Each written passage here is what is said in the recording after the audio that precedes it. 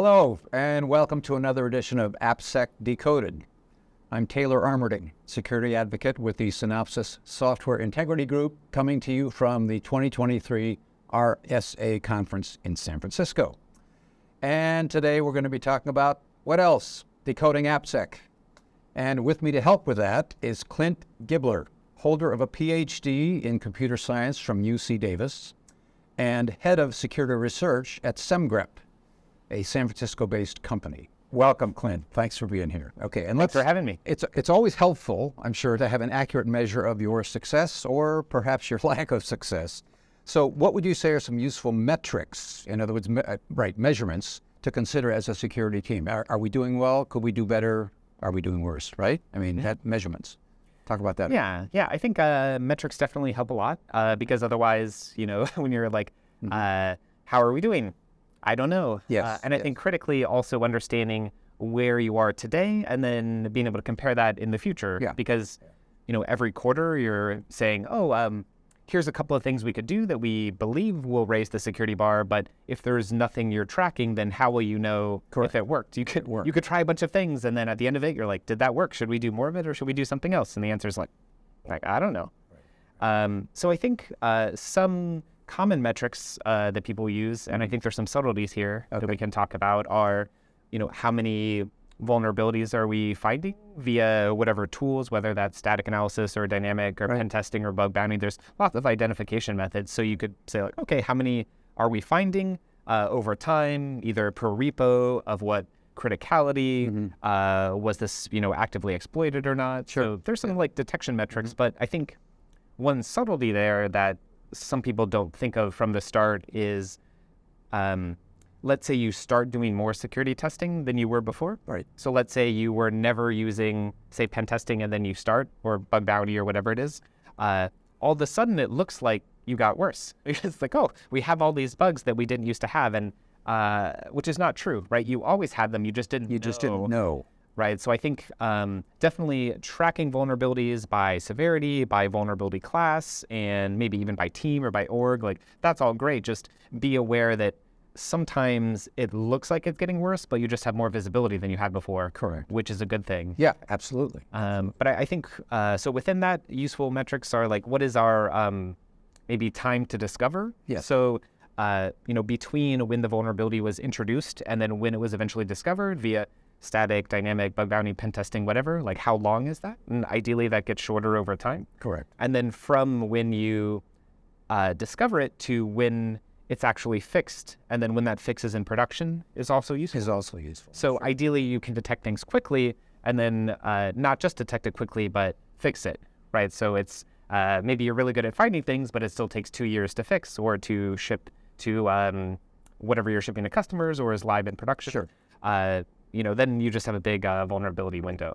Absolutely. So time to detection, time to fix, number of vulnerabilities by various things, I think are good ways to start. Yeah. There's also my friend Leif Dreisler. He gave a Besides SF talk actually last week or this past weekend, and a blog post as well about product security metrics. So if you're a security engineering team who's also writing code, like maybe you maintain your company's SSO or access controls or various security-related features for the product. You could also track, like, how many customers are paying for the enterprise tier or like for our set of features that we maintain, adoption of those functionalities and things like that. So you can actually say, security isn't just a cost to the business. It can actually be a value creation center. Yes.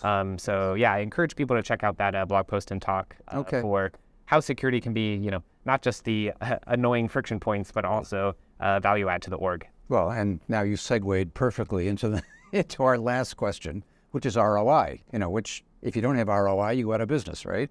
And so business leaders are always understandably looking for ROI. How are we doing? Okay. So what are some high ROI security investments that companies have found to be effective, would you say? It's a good question.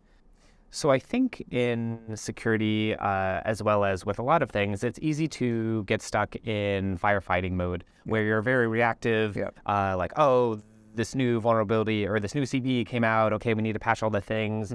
Oh, this new app is getting shipped to production and we need to threat model and pen test it. And it's very easy to get caught up in the day-to-day urgent but maybe not important, sort of the Eisenhower matrix sort of thing. And I would encourage people to think about how can we step back a bit, like obviously day-to-day things that need to be worked on, but also like what are the sort of high-value strategic investments we can do that will keep us from playing sort of this daily firefighting or sort of bug whack-a-mole and move towards systematically, scalably reducing risk or ideally eliminating vulnerability classes. Right. So one sort of exercise I've recommended to a couple of companies and people have told me has been effective is, look at all of the data you have in terms of all the ways we are looking for bugs, like static, dynamic, pen testing, bug bounty. What sort of vulnerabilities are we finding and grouping them and like, okay, we're finding this many cross-site scripting, this many access control and so forth. And sort of like thinking like, okay, in the past year or the past couple of quarters, this one has been the most number of them and maybe the most serious. And then think like, well, why is this happening? And then could we invest in something that will basically eliminate this from happening in the first place? So let's say cross-site scripting, like, okay, cool. We have a bunch of legacy JavaScript. If we could move to a modern web framework such as React, a lot of this will probably just go away. So rather than spending all this time detecting because like when you find it, it's a lot of work, right? So first you have to detect it, then you have to figure out which team owns it, then you have to get them to fix it, then you have to vet the fix. There's like 7 things you need to do. It stops them from shipping features. But if instead you can prevent it from happening in the first place, then you save engineers a lot of time, which is great. You save security team a lot of time, which is great.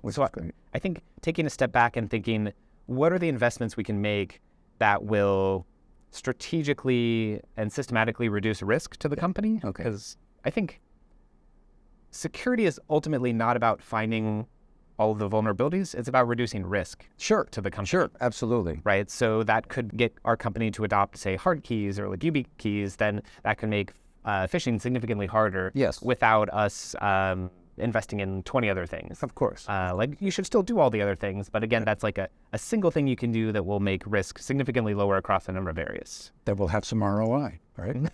Exactly. We're going to leave it there. Once again, thanks to Clint for being with us. This is AppSec Decoded. Thank you, our audience, for joining. Once again, I'm Taylor Armerding with the Synopsys Software Integrity Group. We help organizations build trust into their software.